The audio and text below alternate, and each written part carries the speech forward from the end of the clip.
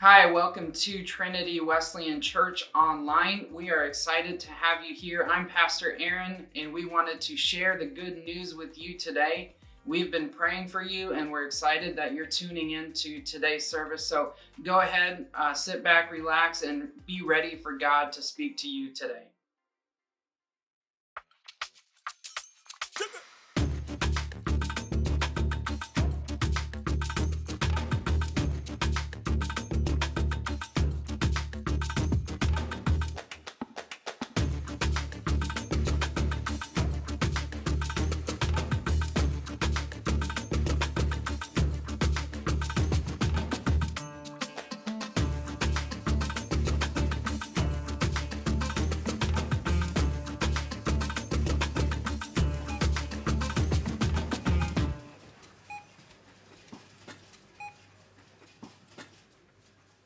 Today, we're starting a series about money.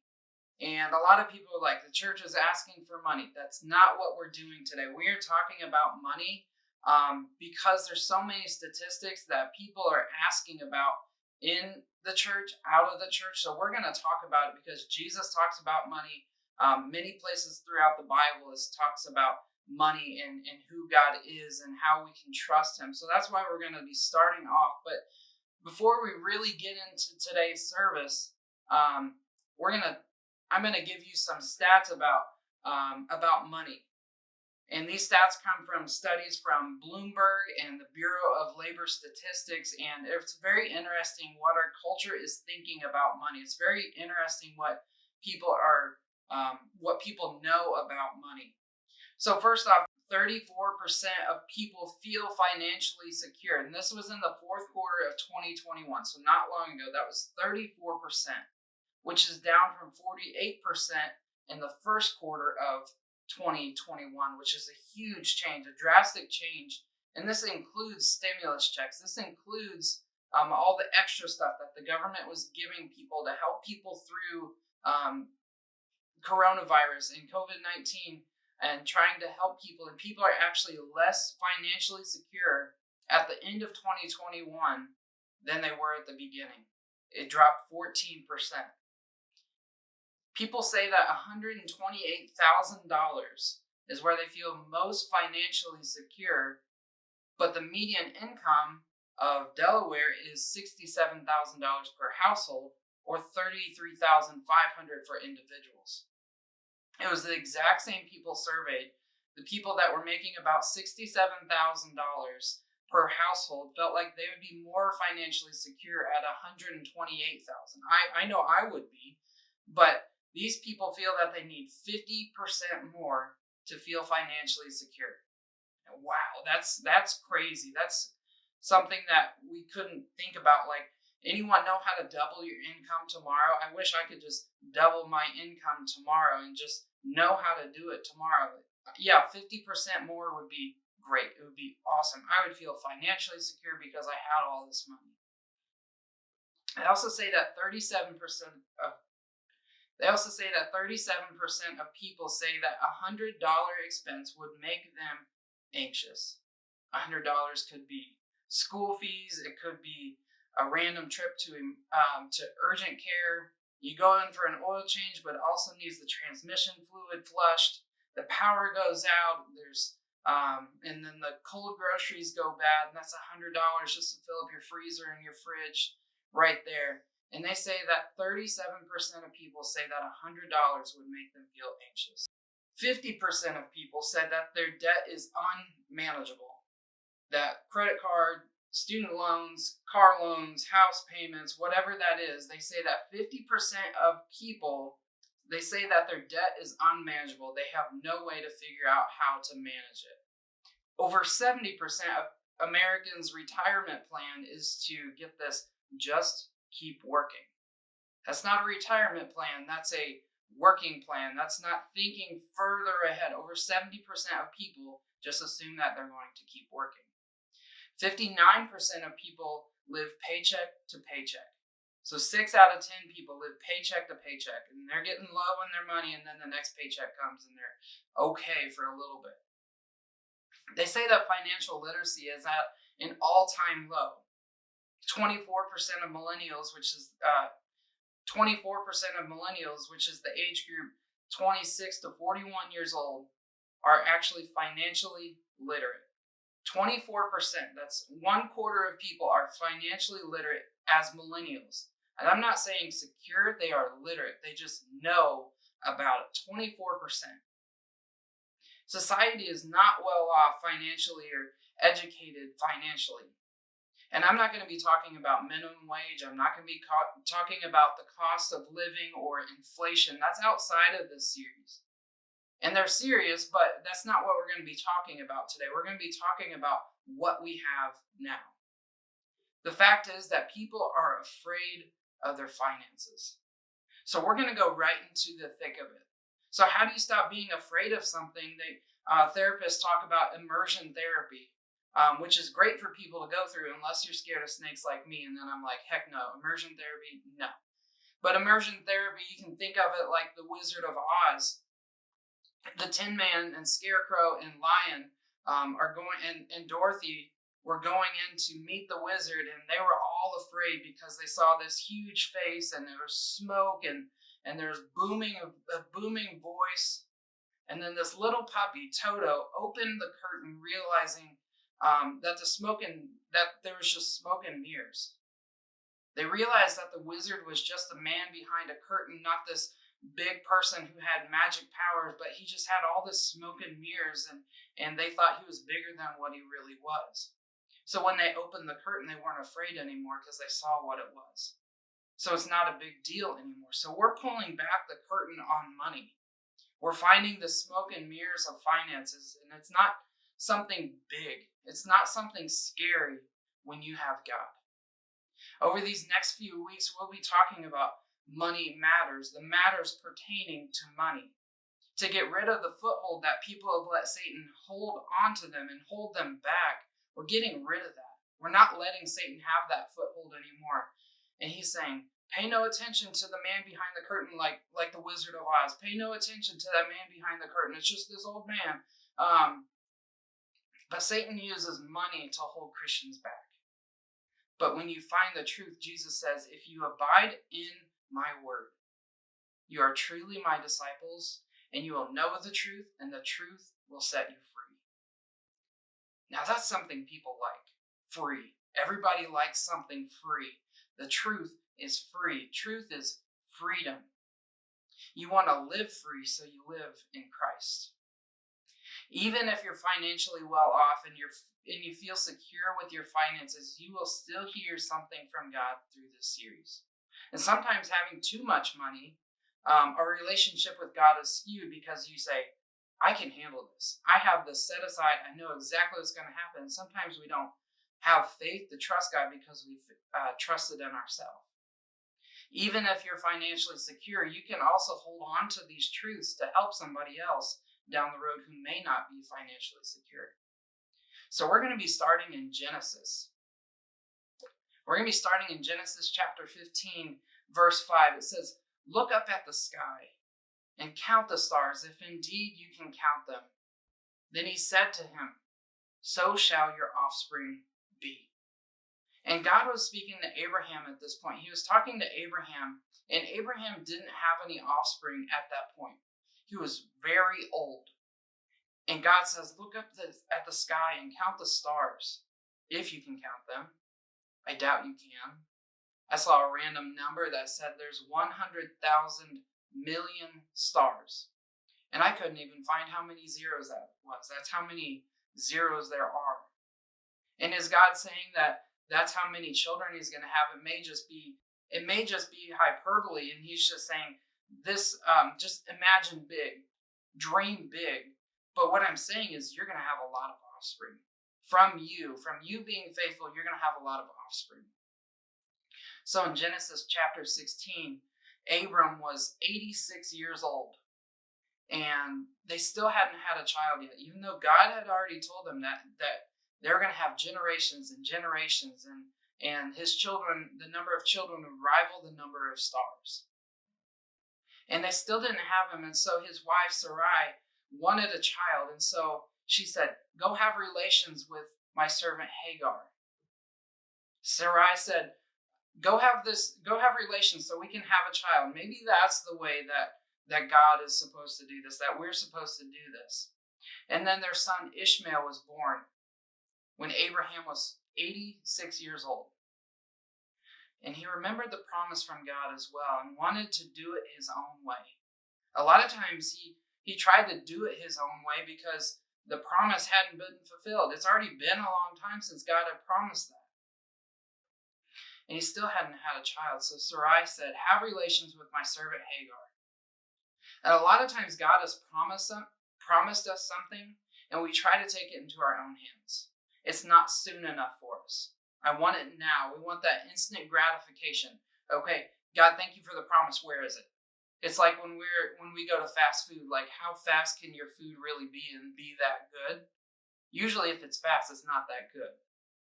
It's not something that we need. If you're mad about getting a hamburger in 90 seconds, I think we're complaining about the wrong things. But a lot of times we want it now.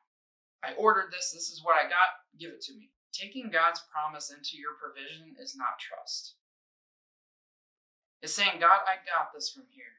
It's like saying if you won the lottery, which I don't recommend you play, like winning the lotto and then trying to raise the money yourself. I won the money already, but I'm going to get the money myself. You don't have to work. And many times God says you only need to be still. Then 13 years later, Abraham was 99 years old. 13 years later, Genesis chapter 17, when Abram was 99 years old, the Lord appeared to him and said, I am God Almighty. Walk before me faithfully and be blameless. Then I will make my covenant between me and you will greatly increase your numbers. A lot of times we glance over this fact. Abram was 99 years old. 99. Basically 100. Betty White, when she passed away about a month ago, a little over a month ago, she was 99. Billy Graham, who was a great evangelist, he was 99 when he died. 99. And God appeared to Abram at 99 and he says, walk faithfully, walk blameless. So even in that, we can know that even if you're towards the end of your life, that God is still calling you to walk faithfully and to walk blameless. And then this covenant, he says, then I'm going to make this covenant. And then I'm going to increase Abram's numbers. You're going to have all these offspring. You're going to have all these kids. But Abram still didn't have kids. He was 99. Then God said that he would increase Abram's numbers. Not just kids for him, but generations and generations. Abram did have a child at that point. He was about 13 years old, but he didn't have more kids because he went out of his way and didn't do it the way that God had asked him to. He didn't have kids the way that God was asking him to have kids. He was 99, and God comes back and he brings back this covenant saying, do you remember when I said you're going to have the children that would rival the stars? And you're going to see an increase of your numbers. Not just kids for him at that point, but for generations and generations. And God came to him and he told him, he said, Abram, you're not Abram anymore. You're Abraham now. And so it's the same person. If you see Abram or Abraham, it's the same person. But it means two different things. Abram means exalted father. But Abraham means father of many. He was giving him a new name. He was giving him a new identity, a new way of living. And Abraham laughed. He was almost 100. Sarah was barren. She had no kids ever. And so they tried to do it on their own. They tried to take it into their own hands. And Abram had relations with their servant Hagar. And it kind of worked, but it's not the blessing that God wanted to give them. So 13 years after God's promises, again, God reminds Abraham of his promise. He says, I will greatly increase your numbers. Trust me. Then verse 19 in chapter 17, it says, then God said, Yes, but your wife Sarah will bear you a son, and you will call him Isaac. I will establish my covenant with him as an everlasting covenant for his descendants after him." And see, Sarah wasn't young. Sarah was 90 years old at that time. 90 years old. We would say that's well past childbearing, maybe over half of, maybe twice as far as childbearing what we would see. But it's an everlasting covenant because of God's faithfulness today. And the funny thing is that Isaac, when God says to name him Isaac, Isaac means he laughs. I mean, isn't that hilarious? God's promises don't make sense, but in the craziness of the promise, God realizes how crazy it is, but he still tells them to name their son, He Laughs, or One Who Laughs. And at some point, they're going to look back and laugh, and they're going to have so much joy because God's promises come through. They always come true. In chapter 21, it says, "Now the Lord was gracious to Sarah, as he had said, and the Lord did for Sarah what he had promised. Sarah became pregnant and bore him a son to Abraham in his old age, at the very time God had promised him. Abraham gave the name Isaac to the son Sarah bore him. When his son Isaac was 8 days old, Abraham circumcised him as God had commanded him. Abraham was 100 years old when his son Isaac was born to him. Sarah said, 'God has brought me laughter, and everyone who hears about this will laugh with me.' She added, 'Who would have said to Abraham that Sarah would nurse children? Yet I have borne him a son in his old age.'" I skip to chapter 22 in Genesis. It says, "Sometime later, God tested Abraham." And when they say sometime later, this Isaac was probably about between 10 and 14 years old. "And he said to him, 'Abraham.' And Abraham said, 'Here am I.' Then God said, 'Take your son, your only son whom you love, Isaac, and go to the region of Moriah. Sacrifice him there as a burnt offering on a mountain that I will show you.' On a mountain that I will show you." This child that had finally been given to Abraham through his bloodline, through his wife. And God says, "Now I want you to go sacrifice him. Now I want you to go up and do this." And that trust that Abraham lacked when he was 86 years old is the trust that he has now. It's the trust that he has now because God had already proven himself trustworthy. He had already proven himself that in his old age, at 99, and his wife 90 years old, that they would have a child through him. Verse 3, it says, "Early the next morning, Abraham got up and loaded his donkey." So that's faithfulness. He got up early the next morning. I don't get up early, but he got up early the next morning. Abraham got up and loaded his donkey. He was going out to trust God. He took with him 2 of his servants and his son Isaac. When he had cut enough wood for the burnt offering, he set out for the place God had told him about. On the 3rd day, Abraham looked up and saw the place in the distance. He said to his servants, "Stay here with the donkey while I and the boy go over there. We will worship, and then we'll come back to you." Abraham took the wood for the burnt offering and placed it on his son Isaac, and he himself carried the fire and the knife. As the 2 of them went on together, Isaac spoke up and said to his father, Abraham, "His father?" "Yes, my son," Abraham replied. "The wood and fire are here, but where's the lamb for the burnt offering?" It's like, "I know you're getting old, Abraham. I know you're getting old, Dad. Maybe you just forgot the lamb." And at this point, I would assume that Isaac's getting kind of nervous. And Abraham answered, he said, "God himself will provide the lamb for the burnt offering, my son." And the 2 of them went on together. When they reached the place God had told him about, Abraham built an altar there and arranged the wood on it. He bound his son Isaac and laid him on the altar on top of the wood. Now Isaac was about 10 to 14. Abraham was an older man. And it's just crazy to me that this child just let this happen. I mean, yeah, this is sacrifice. He's like, wait a second, I'm the sacrifice now? But it's not as crazy as you might think.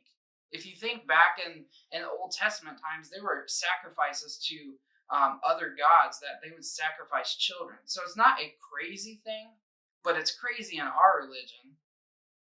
So it says, then he reached out his hand and took the knife to slay his son. Remember, the one that he waited so long for. But the angel of the Lord called out to him from heaven. He says, Abraham, Abraham. Here I am, he replied. Do not lay a hand on the boy, he said. Do not do anything to him.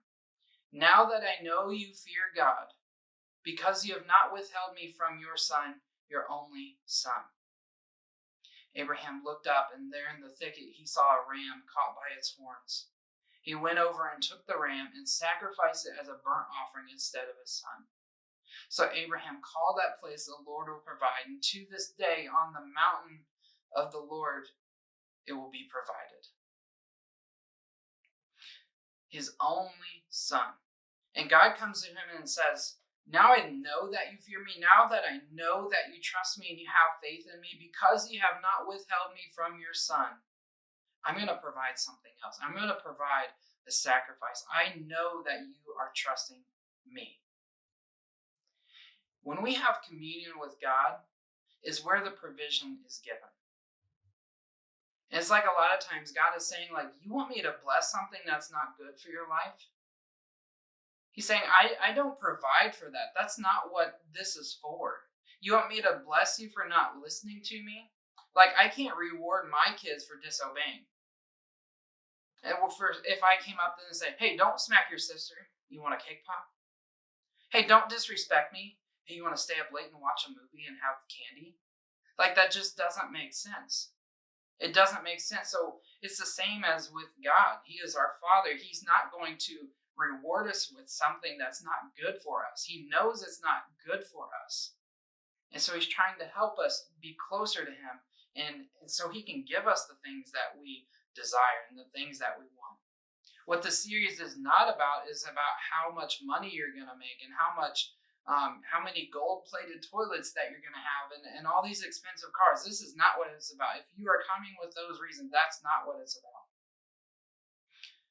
But there's 3 questions that Abraham had to answer. When we're looking from Genesis chapter 15 all the way to Genesis chapter 21 and 22, there's 3 questions that Abraham had to answer. And the first question is this. Abraham had to answer this. Is God a liar? Is God a liar? He says that I would have offspring as numerous as the stars. And what kind of promise is that? Offspring as numerous as the stars. Who can provide that? Is God a liar? The second question Abraham had to answer is, do I trust God? Do I trust God? I mean, having a child at 99 years old, a wife pregnant at 90 years old, do I trust God? And the third question he had to answer is, what promises have I taken into my own hands? He says, it's taking too long. I'm 86. I could die any day now. I'll do it my own way. I'm going to have the promise. You said I'm going to have the promise. So I'm going to do it with or without you. And he took it into his own hands. He had to answer that question. What promise have I taken into my own hands? And in that promise, he actually went and had relations with his servant Hagar, because he's like, we're going to do it our way. Because if I don't have a child, I don't want my servant to inherit everything I have. I want to pass this down through my bloodline. But that outlandish is where God's provision thrives. Outside of God's promises, provision falls short. And God has given us faith. God has given us faith. God has given us logic. God has given us logic. He gave us a brain. He gave us logic. He gave us wisdom and the smarts that we have. We need to use it. And there's a lot of people I'm seeing in society that need to use it a lot more than they think they do. But God gave us a brain. We're not asking you to just bypass what God has already given you, because God has given it to us. He says that we are fearfully and wonderfully made.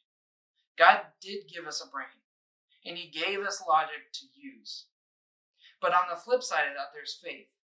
And that's where God asks us to trust him. He says, have faith. Go with the crazy. You're going to have a child at 99. That's crazy. That's faith when you actually trust him. What's faith is when Jesus walked on the water and Peter came out onto the water with him. That's faith. So there's this balance of having logic and faith. And a lot of times people will focus more on having logic because God gave us a brain. I'm going to use everything I have. I'm going to do it my own way. I'm going to do it all that way. But sometimes people use so much faith, and this sounds bad at first. Some people use so much faith that it's really making them lazy. It's really making them lazy. Like, okay, God, you're going to do everything. And there is an aspect to where we have to let God do what he's going to do because we can't. But there's also an aspect of having logic and not just being dumb with what God has already given us. If God promised me $1 million, which I wish he would and he still hasn't, I can't go waste all the money that I have on lottery tickets. I would be working outside of God's promise.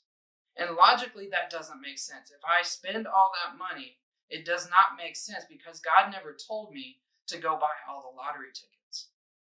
Logic in the world doesn't make sense to logic in the Christian life. Logic in the Christian life is really faith. And it may not make sense to other people, but living in God's will won't make sense to those who are far from God, with those who are not in communion with God. So for us today, the first question we have to answer is this. And what I want you to do is write these down. I want you to think about these as you go throughout your week. Write these down, put them on your phone, write them down, put it in a place where you're going to see it, on the mirror, on the refrigerator, wherever you go, on your dashboard. Don't cover up your speed because that's not good. But the first question we have to answer is God who he says he is? Is God who he says he is? Basically, is God a liar? I mean, we have agreement that he is not a liar. Most people would think and assume that God is not a liar, and he is not a liar. And we know that, but a lot of times we live like he is. A lot of times we live like God is a liar. God doesn't just give promises and like, I'm just going to pull that back. I'm not doing that anymore. God is not a liar. When he says something, when he promises something, it will happen.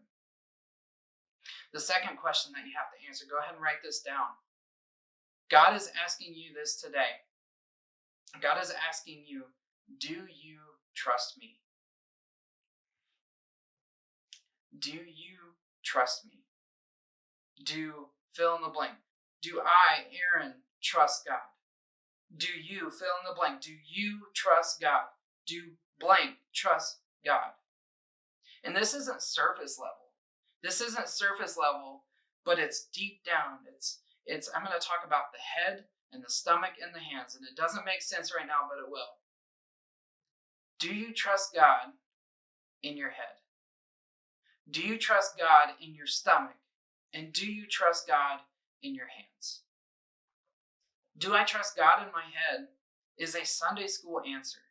It's a Sunday school answer where it's just knowledge in your brain. It doesn't go anywhere else. It's just stuck there. It doesn't do anything. It doesn't move anywhere. And it's like cramming for tests. That's not lasting knowledge. It's just something that's there quick and then it's gone. I mean, I would know.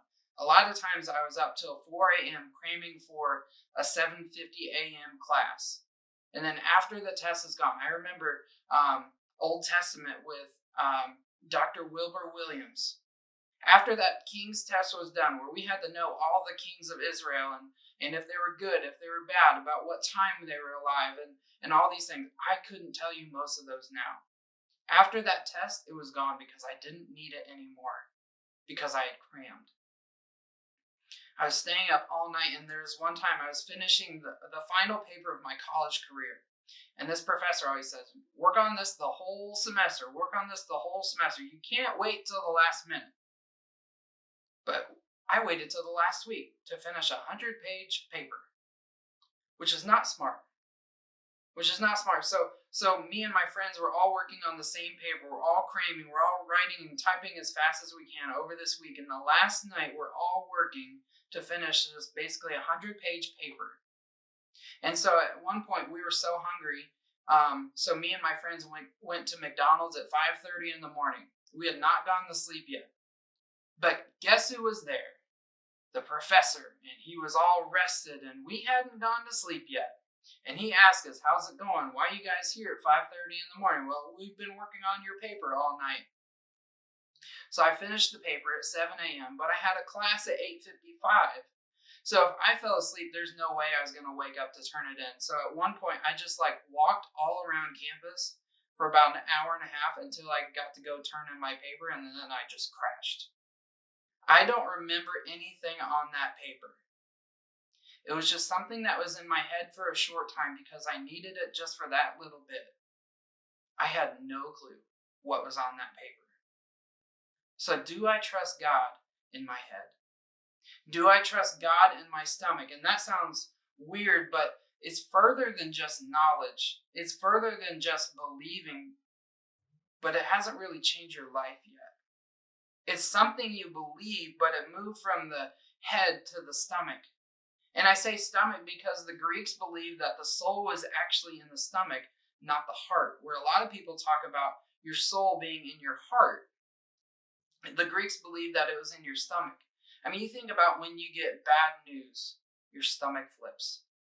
You get a high quote for home repairs, and you have this gut feeling. You have a gut feeling. You're just like, I just got to go with my gut.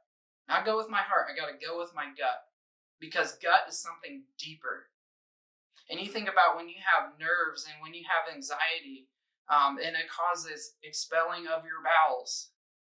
Do I trust God in my stomach when bad news is delivered? Does my stomach turn when I have to take a step of faith where God has asked me to do something? Do I trust God in my stomach when I am asked to walk on the waters, whatever God is calling you to today? And the last one is, do I trust God in my hands? And that's further than just knowledge. It's further than just something in your head. It's further than just believing something where it's gone from your head down into your stomach, where you just believe it. It's a gut feeling. And there's that old commercial. It's in 2003. There was these commercials all over. And the tagline was, verb. It's what you do. Does what you know in your heart, does what you know in your head, does what you believe in your stomach overflow into how you act? Because you truly don't believe until you act. Verb, it's what you do. You truly don't know until you know. You truly don't trust God until it goes from just head knowledge to in your stomach where you have this gut feeling. It's, I know what I gotta do. And then it moves into your hands where you move it to action. It's from going from knowledge to believing to action. And unless it changes the way that you act, you fully don't trust God. You don't fully trust God until it changes your actions. Because you can start to believe, you can start to have that knowledge and know from His Bible that it is true and that promises have come through. And you can know in your stomach, like you just know that God is speaking to you and He's telling you to do something. But unless we move to action, we don't fully trust God. And something I was learning from a pastor in a book that I was reading, he says, I didn't have 100% faith that my wife was who I was supposed to marry. But I had 51% faith that's who I was supposed to marry. 51% faith is, it's not 100%, but I am just over the line where I can start to trust you. And like we talk about, when we search within, we talk about this a lot at our church, when we search within, that we're trying to get 1% better each day. So if you have that 51% feel, I know this is what I got to do. And then God is calling you to take another step of faith. And you get the 52 and 53. And eventually down the line where nothing is is going to be outside of what God is going to ask you to do because you have so much trust and you have so much faith in Him. That's what 51% trust is. It's beyond anything that I know and beyond anything that I believe, even if it's crazy, that I'm going to trust God even if I don't fully understand. He says if you have faith the size of a mustard seed, that you can move mountains. That's 51% trust. You're not all the way there, but 100% trust. You're going to get there. And despite the knowledge and belief, will your actions speak louder than the words and the thoughts that you have? Where do I trust myself over God? Do I trust in my own provision for my finances, or do I trust God? Do I trust in my own provision for my future spouse? Am I doing it how God has asked me to, or am I doing something that God has never asked me to do? Do I trust in myself for a crazy dream that God has given me? Do I trust in myself for my job or my money or the car repair or the future or your health?